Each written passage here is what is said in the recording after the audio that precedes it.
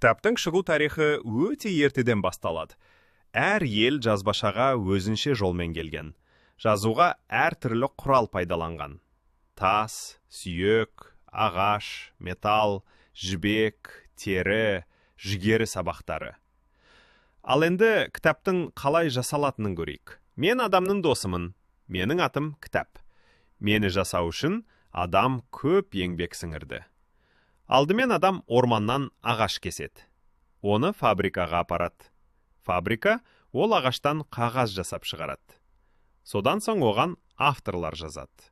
Суреттерін салады. Баспанаға жазулар мен суреттерді басып, кітап етіп шығарады. Жұмысшылар көліктер мен пойыздарға тиеп, ауыл-ауылға, қала-қалаларға таратады. Міне, мен енді сенің қолымда тұрмын.